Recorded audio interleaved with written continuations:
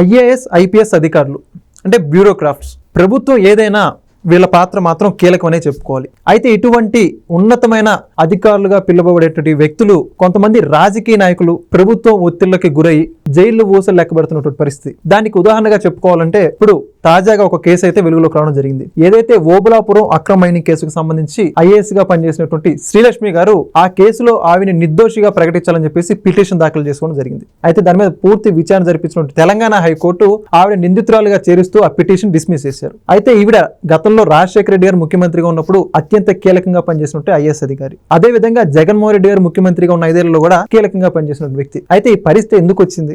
గతంలో చంద్రబాబు నాయుడు దగ్గర పనిచేసినటువంటి ఐఏఎస్ ఐపీఎస్ అధికారులకి రాజశేఖర రెడ్డి గారి దగ్గర జగన్మోహన్ రెడ్డి గారి దగ్గర పనిచేసిన ఐఏఎస్ ఐపీఎస్ అధికారి తేడా ఏంటి? ఈ విషయాన్ని గురించి తెలుసుకునే ప్రయత్నం చేయడానికి ప్రస్తుతం మనతో ఉన్నారు NRI TDP spokes person Venugopal Reddy గారు. నమస్కారం అండి. నమస్కారం సార్, ఇప్పుడు ఐఏఎస్లు ఐపీఎస్లు గవర్నమెంట్లు మారుతుంటాయి పోతుంటాయి, కానీ ప్రభుత్వ అధికారులుగా వీళ్ళ పాత్ర మాత్రం కీలకం. కానీ గడిచి చరిత్ర మొత్తం చూసుకుంటే కూడా ప్రధానంగా కాంగ్రెస్ పార్టీ రాజశేఖర రెడ్డి హయాంలో అనేక మంది ఐఏఎస్లు అందరూ కూడా జైలు పాలవుతున్న పరిస్థితి. కానీ చంద్రబాబు నాయుడు హయాంలో మాత్రం ఐఏఎస్లు ఐపీఎస్లు ఏ విధంగా ఉంటున్నారో మనందరూ కూడా తెలిసింది. దానికి చిన్న ఎగ్జాంపుల్గా మనం చెప్పుకుంటే ఓబులాపురం మైనింగ్ కేసులు ఇటీవలే నిందితులు కొంతమందికి జైలు శిక్ష పడింది. అందులో ఒక ఐఏఎస్ అధికారి కూడా ఉన్నారు. ఆవిడే శ్రీలక్ష్మి, ఒక మహిళ ఉండి ఈరోజు కోర్టుల చుట్టూ బెయిల్ కోసం తిరుగుతున్న పరిస్థితి. ఈవిడ ఉదంతాన్ని ఎగ్జాంపుల్గా తీసుకుంటే జగన్మోహన్ రెడ్డి గారు పనిచేసిన ఐఏఎస్ల దగ్గర గురించి మీరేమంటారు? సింపుల్. ఇక్కడ ఒకటి విషయం చెప్పాల్సింది ఏంటంటే ఐఏఎస్ ఐపీఎస్ అధికారులు అనేది చట్టానికి లోబడి పనిచేసే అధికారులు. ఇంకోటి ఏంటంటే వాళ్ళు రాజ్యాంగబద్ధంగా ఈరోజు పనిచేయాల్సిన అవసరం ఉంది. కాకపోతే మన పొలిటికల్ సిస్టంలో ఎస్పెషల్లీ ఎవరైతే ఉన్నారో కొంతమంది పొలిటీషియన్స్ ఇండియాలో, లేకపోతే ఎస్పెషల్లీ మన ఆంధ్రప్రదేశ్లో అవినీతికి అలవాటు పడిపోయి వాళ్ళు చేసే అవినీతి పనుల్లో వాళ్ళని కూడా భాగస్వామ్యం చేయాలి, వాళ్ళు చేసే దుర్మార్గమైన పాలనలో వాళ్ళని కూడా భాగస్వామ్యం చేయాలనే ఉద్దేశంతో కొంతమంది ఐఏఎస్లని కొంతమంది ఐపీఎస్ని వాళ్ళ కనుసనలోనే నడిచే వాళ్ళని తెచ్చుకుని అదే పనిగా వాళ్ళని ట్రాన్స్ఫర్ పెట్టించుకొని లేకపోతే డిప్యుటేషన్ మీద తెచ్చుకొని ఇక్కడికి వాళ్ళ దగ్గర అవినీతి చేసిన పరిస్థితులు మనం గతంలో చూసాం. అలాంటి పరిస్థితుల్లో మనం చెప్పుకోవాల్సింది కొన్ని విషయాలు. ఒకటి లక్ష్మి గారిది, ఇంకోటి ఈరోజు ఐఏఎస్ ధనంజయ రెడ్డి గారిది, ఇద్దరిది ఉన్నవారు. వీళ్ళందరూ కూడా ఏంటంటే మనం ఒకసారి చూస్తే ఎవరైతే ఐఏఎస్ ఆఫీసర్లు స్కాములు చేశారో, ఎవరైతే ఐఏఎస్ ఆఫీసర్లు జైలుకు పోయినారో వాళ్ళందరూ కూడా ఒక్క కుటుంబం నుంచి ఒక కుటుంబ పరిపాలన చేసినప్పుడే జరుగుతున్నాయి. అది వైఎస్ఆర్ కుటుంబం. అది వైఎస్ రాజశేఖర్ గారి హయాంలో అయినా అవచ్చు, లేదా వైఎస్ జగన్మోహన్ రెడ్డి గారి హయాంలో అవచ్చు.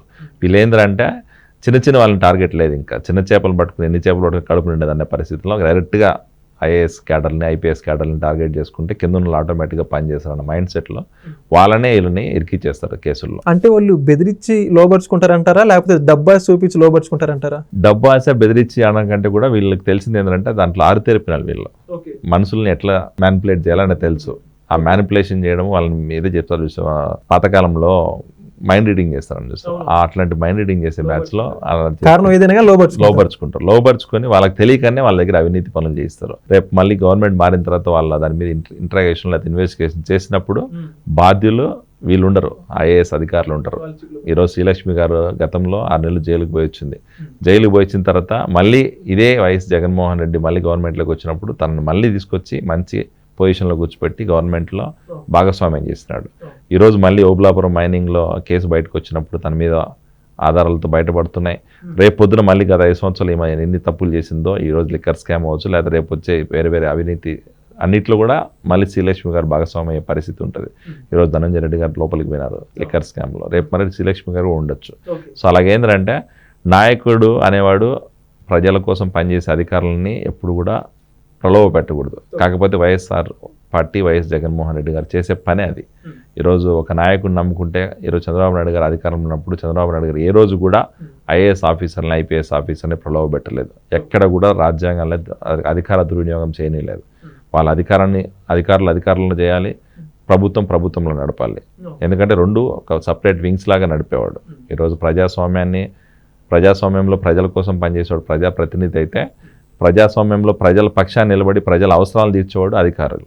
ఆ అధికారులని వీళ్ళని రెండు కలిపితే వ్యవస్థలుగా నిర్వీర్యం అవుతాయనే ఉద్దేశంతో బాబు గారు ఎప్పుడు కూడా ఐఏఎస్ ఐపీఎస్ ఆఫీసర్లకి వాళ్ళకున్న విశిష్టమైన ఏదైతే అధికారులు ఉన్నాయో వాటిని అన్నిటి కూడా ఎప్పుడు భూస్థాపితం చేయలేదు. కాకపోతే జగన్మోహన్ రెడ్డి ఏంటంటే దాన్ని ఎట్లయినా కూడా కొలాప్స్ చేయాలి, ఆ అధికారులని గబ్బు పట్టించాలనే ప్రయత్నం చేశారు. ఈరోజు ఆ వైఎస్ జగన్మోహన్ రెడ్డి నమ్ముకున్న అధికారులందరూ కూడా జైలుకు పోతే చంద్రబాబు గారిని నమ్ముకున్న అధికారులందరూ కూడా ఈరోజు నెక్స్ట్ లెవెల్కి పోయి ఈరోజు స్టేట్ నుంచి సెంట్రల్ నుంచి ఇంకా బయటకు పోయే పరిస్థితి కూడా ఉన్నాయి. అలాంటి పరిస్థితి నెలకొల్పిన నాయకుడు చంద్రబాబు నాయుడు. సో ఖచ్చితంగా రెండు పార్టీల సిద్ధాంతాలకి ఇద్దరు నాయకుల పరిపాలనలకి చాలా డిఫరెన్స్ ఉంటుంది. ఖచ్చితంగా జగన్మోహన్ రెడ్డి నమ్ముకున్న వాళ్ళు జైలుకి, చంద్రబాబు గారు నమ్ముకున్న వాళ్ళందరూ కూడా ప్రమోషన్లు వచ్చి నెక్స్ట్ లెవెల్కి పోయిన పరిస్థితులు మనం గమనిస్తున్నాం. జగన్మోహన్ రెడ్డి పార్టీ అంటేనే అవినీతి పార్టీ అనేది కూడా మనకు రుజువు అవుతుంది. ఓకే, మరి అయితే జగన్మోహన్ రెడ్డి గారు కొంతమంది అధికారులు ఉదాహరణ తీసుకొని మొన్న రోజున మీడియాతో మాట్లాడారు. ఆయన పిఎస్ఆర్ ఆంజనేయులు ఒక డీజీ స్థాయి అధికారి, ఆయన మీద అక్రమ కేసులు బనాయిస్తున్నారు. ఆయన మీద మచ్చలేనటువంటి అధికారి అని చెప్పేసి ఇందాక మీరు చెప్పినట్టుగా ధనుంజయ రెడ్డి, కృష్ణమోహన్ రెడ్డి వీళ్ళంతా మచ్చలేని అధికారులు, నా టైంలో వీళ్ళు ఎంతో ఉన్నతంగా పనిచేశారు, నా మీద వ్యక్తిగత కక్షతో వాళ్ళని అరెస్ట్ చేస్తున్నారు అని చెప్పేసి అంటున్నారు. వాళ్ళు నిజమే మచ్చలేదంటారు వాళ్ళ మీద నిజంగానే? నిప్పు లేనిది పొగరాదు అనేది ఒక సామెత ఉంటుంది. అలాగా ఈరోజు వీళ్ళు ఎవరైతే కృష్ణమోహన్ గారో, లేదా అంజనేయులు గారో, లేకపోతే ధనుంజయ రెడ్డి గారో, లేకపోతే శ్రీలక్ష్మి గారో, వీళ్ళందరూ నిజంగానే అవినీతి చేయకపోతే, నిజంగానే జగన్మోహన్ రెడ్డికి సపోర్ట్ చేయకపోతే వాళ్ళు ప్రూవ్ చేసుకోలేరా? ఒక మాట ఖచ్చితంగా ప్రూవ్ చేసుకోగలుగుతారు కదా.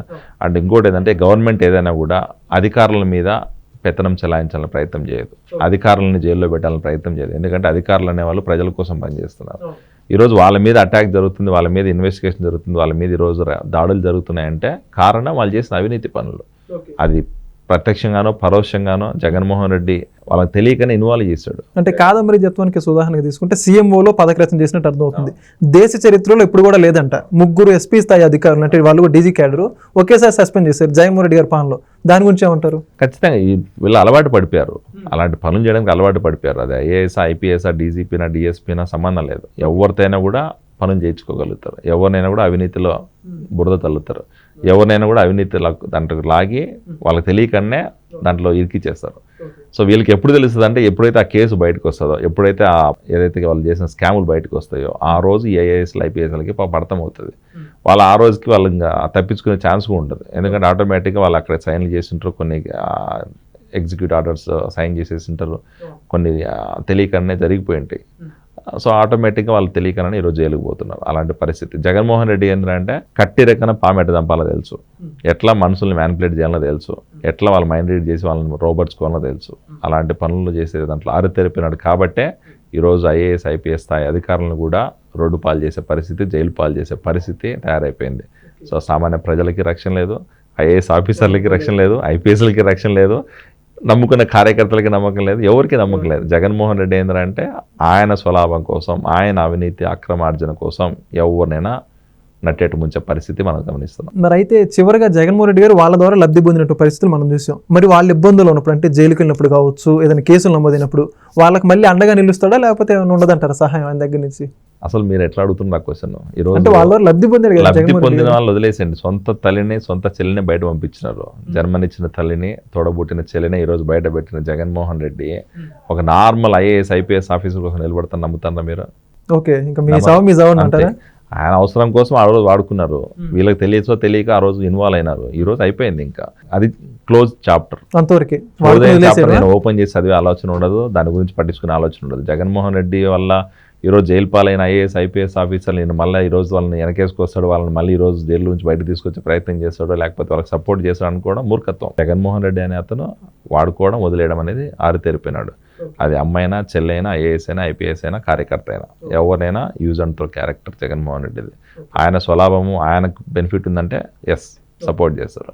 ఆయనకి ఏ రోజైతే అవసరం లేదనుకుంటే ఆ రోజు వాళ్ళందరినీ కూడా పక్కన పెట్టే పరిస్థితి ఉంటుంది, దాంట్లో డౌట్ లేదు. ఓకే, మొత్తానికి ఐఏఎస్, ఐపీఎస్ అధికారుల పట్ల జగన్మోహన్ రెడ్డి గారి వైఖరి గురించి చాలా చక్కగా చెప్పారండి. Thank you. Please subscribe to Leo news for more videos.